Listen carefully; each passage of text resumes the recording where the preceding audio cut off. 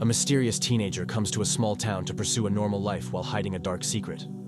Arriving in Conrad, Louise advises Rufus to blend in the new environment. When the teenager worries about some people finding him, the old lady assures him that nobody remembers who he is.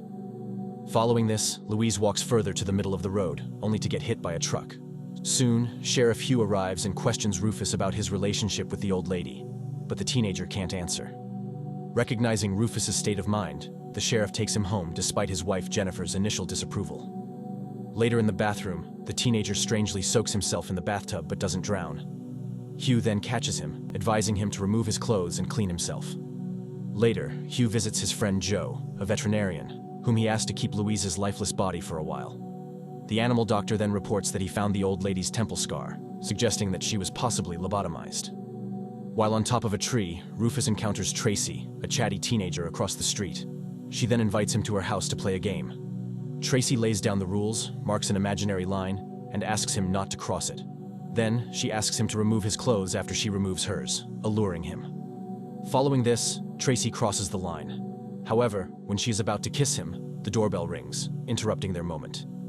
Meanwhile, a researcher named Aaron arrives in town and stays at a motel. While unpacking, he reveals he has a gun, indicating that he's hunting someone. In the house, Jennifer catches Rufus playing with her late son's military plane. The teenager then apologizes, strangely noting that it's the same model he used to build near their house in Seattle during World War II. However, this only confuses Jennifer, so she asks him to change into new clothes. When Hugh arrives home that night, he informs his wife that he has read some reports about missing young people. Jennifer suspects Rufus might be one of them since the teenager mentions that he once lived in Seattle. She also mentions that Rufus won't disclose his last name, but notes that the teenager has a heart condition called situs inversus and has a temperature of 68 degrees, convinced he's different. While hanging out, Tracy asks Rufus what he would wish for if a genie pops up. Before he can answer, Tracy's ex, Clay, arrives and invites her to a weekend party. When she refuses and walks away, her former boyfriend throws a rock at her, prompting Rufus to retaliate. However, the teenager ends up badly hurt and unable to move. Seizing the opportunity, Clay forcibly takes Tracy with him in his vehicle, where he takes advantage of her. As this happens, Rufus suddenly gains strength. His fangs and claws appear, revealing he's a vampire.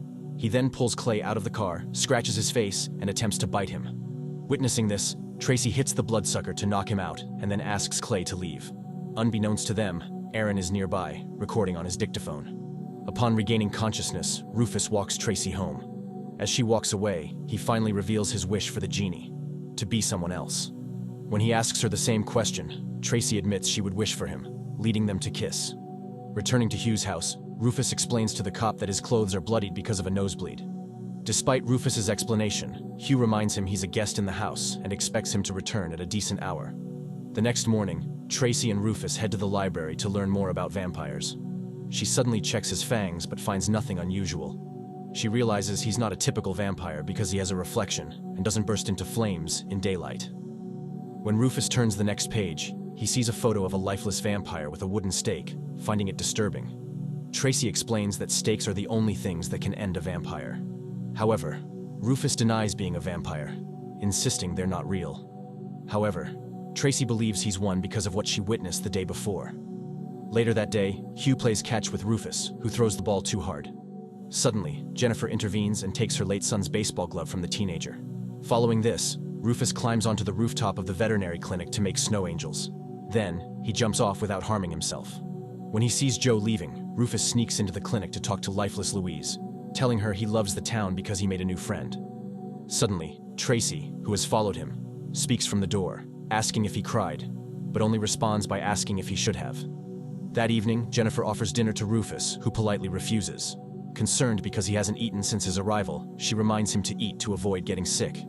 However, when the teenager sees Hugh putting ketchup on his tofu patty, he suddenly decides to try it and put some on his own plate. That evening, Rufus goes out and watches Clay from a distance. Later, he vomits in Tracy's bathtub, revealing that the ketchup made him sick. That evening, Hugh learns from Jennifer that Rufus has decided to sleep in the snow fort that Tracy helped him build in the front yard. When the sheriff worries that the teenager will get pneumonia, Jennifer assures him he won't be out there long. Suddenly, Hugh hears the doorbell.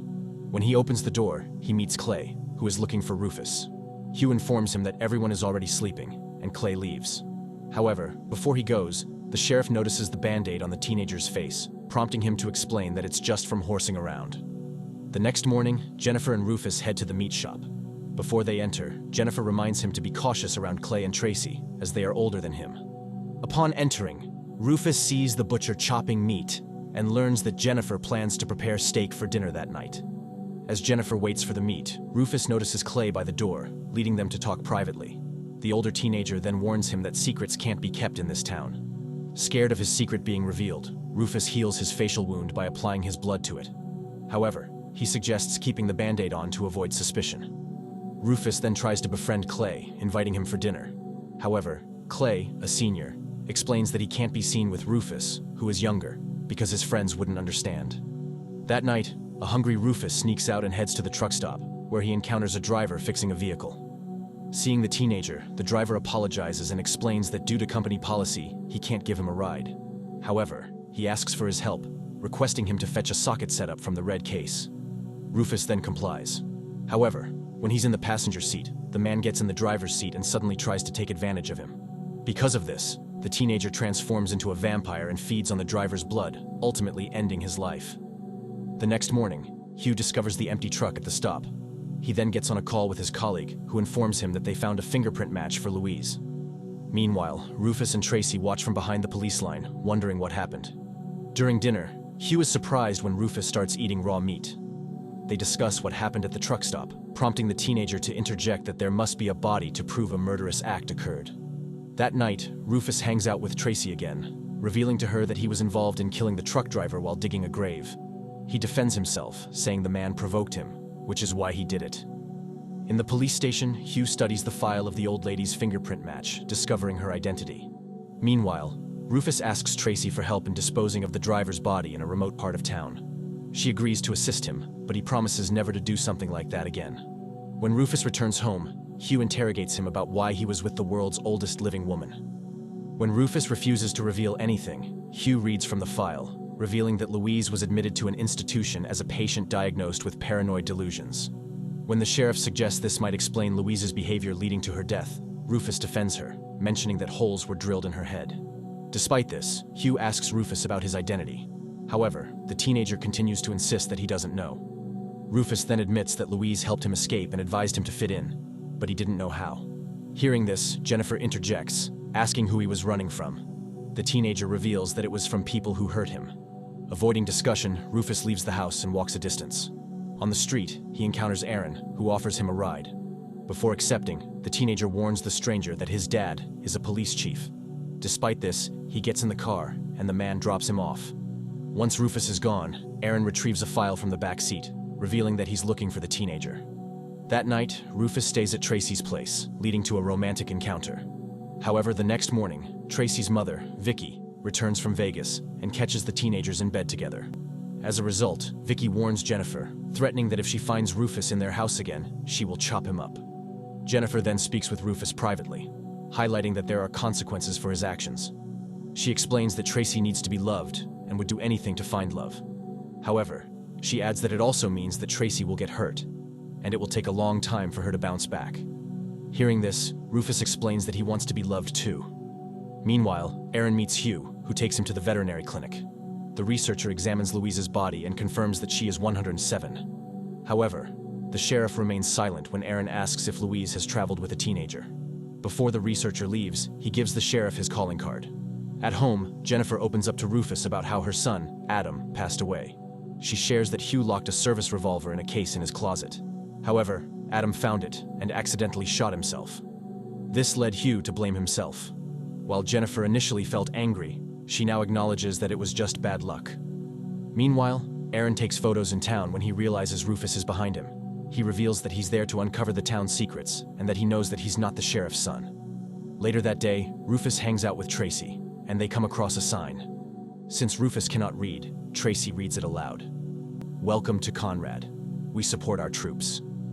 Learning this, the teenager expresses his disgust for wars. In the police station, Hugh's colleague Chet reads Louise's file and shares that in 1934, the old woman escaped with 12 other state wards. All were apprehended except for Louise and one juvenile. Meanwhile, Hugh searches for Aaron using the calling card he was given. he discovers that Aaron holds degrees in mythology and archaeology and is part of the research team at Bristol Anderson Pharmaceuticals. Hugh also notes that the company's founding directors, Thomas and Patrick, are both deceased.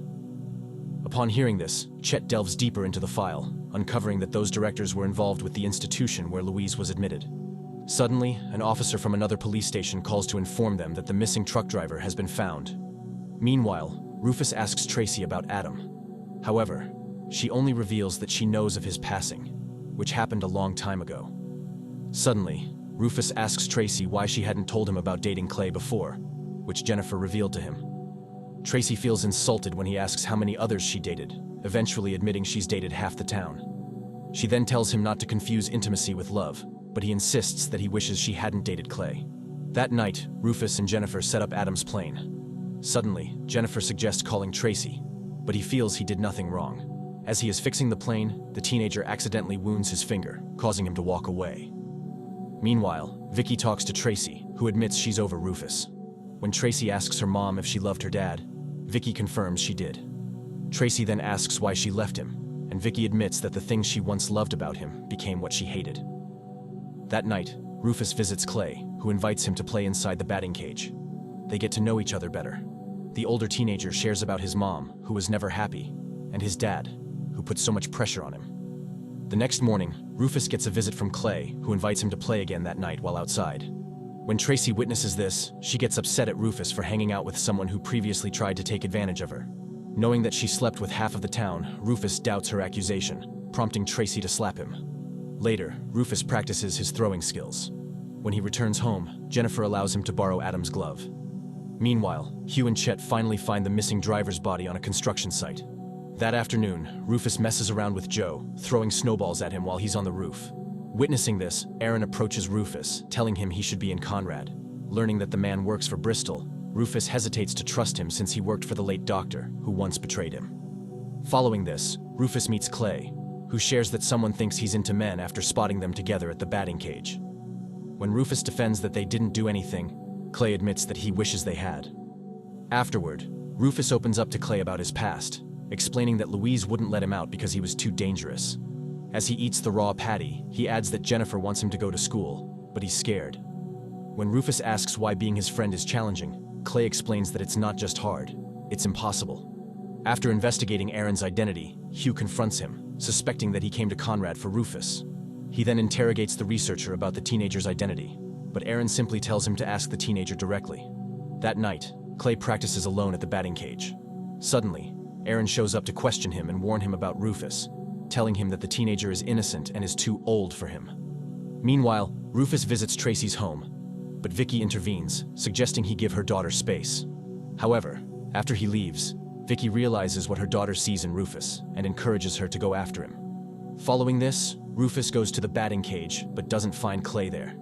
As he gets the balls, Clay suddenly shoots him. Just then, Tracy appears and repeatedly hits her ex with a bat, breaking his bones. Later, Hugh and Chet arrive at the scene to investigate since Clay refuses to disclose what really happened. Soon after, Aaron appears and discloses Rufus's true identity to the sheriff. He presents the file, revealing that the teenager has records from 1972 and 1927, pointing out that he's over 100 years old. Aaron reveals that he has come to retrieve Rufus because he is considered property of Bristol Pharmaceuticals. He plans to utilize the teenager for further research due to his ability to self-heal, believing it could lead to advancements in health for everyone. Despite learning this, Hugh asks him to leave the town. Meanwhile, Rufus meets Tracy, who admits she couldn't sleep the previous night because of what she did to Clay. Suddenly, Hugh intervenes, confronting Rufus about his and Tracy's role in Clay's injuries. In response, Rufus explains that he thought Clay was his friend, but he shot him. Following this, the teenager speeds to the library and rips the page on how to end vampires. Then, he returns home for dinner. Planning to get Rufus alone, Aaron prepares his gun in the motel. Suddenly, someone knocks on the door, but no one's there. He then turns around and sees the teary teenager inside the room, begging him to leave town. Aaron mentions Louise is gone, and he can't manage on his own. However, the vampire clarifies he refuses to return to the institution. However, the man explains that Louise wasn't protecting him, but was more of her protecting others from Rufus. However, the vampire refuses to believe this, with blood dripping from his fist. He shares that he likes to be in Conrad. Aaron urges Rufus to come home to prevent him from harming others, promising not to mistreat him as before. Meanwhile, in the batting cage, Hugh informs Chet of what he learned about Rufus's identity. The next morning, Hugh sneaks into Aaron's motel room, discovers his luggage, and comes across Rufus's file. As he examines it, he finds more images depicting what had been done to Rufus at the institution. Meanwhile, Jennifer returns home to find Rufus with Aaron. She confronts the stranger, who explains his long-standing relationship with the teenager.